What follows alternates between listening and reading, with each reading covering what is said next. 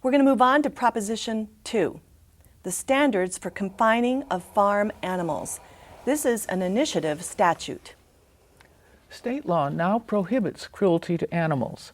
For example, animals in enclosed areas must have shelter, food, water, and room to exercise.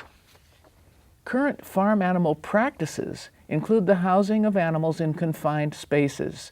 In recent years, public awareness of these practices has led to concern about the welfare of farm animals.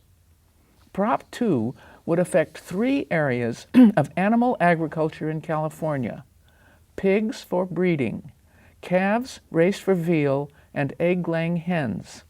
The first 2 comprise a small part of the state's farm economy. California's egg industry plays a significant role in the state's agriculture. The industry produces about 5 billion eggs a year from more than 19 million egg-laying hens, valued in 2007 at $337 million. Prop 2 requires that pregnant pigs, calves raised for veal, and egg-laying hens be confined only in ways that allow these animals to lie down, stand up, fully extend their limbs, and turn around freely.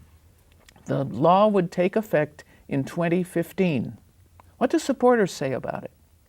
Prop 2 supporters say that it would stop the cruel and inhumane treatment of farm animals. Right now, these animals are kept in cramped and overcrowded cages. Prop 2 would reduce the risk of animal diseases, and it would protect the environment by reducing pollution and waste from factory farms. Proposition 2 opponents say this measure will harm consumers by driving California egg producers out of business and forcing consumers to pay more for eggs trucked in from out of the state. Proposition 2 is unnecessary because state law already protects animal welfare and safety.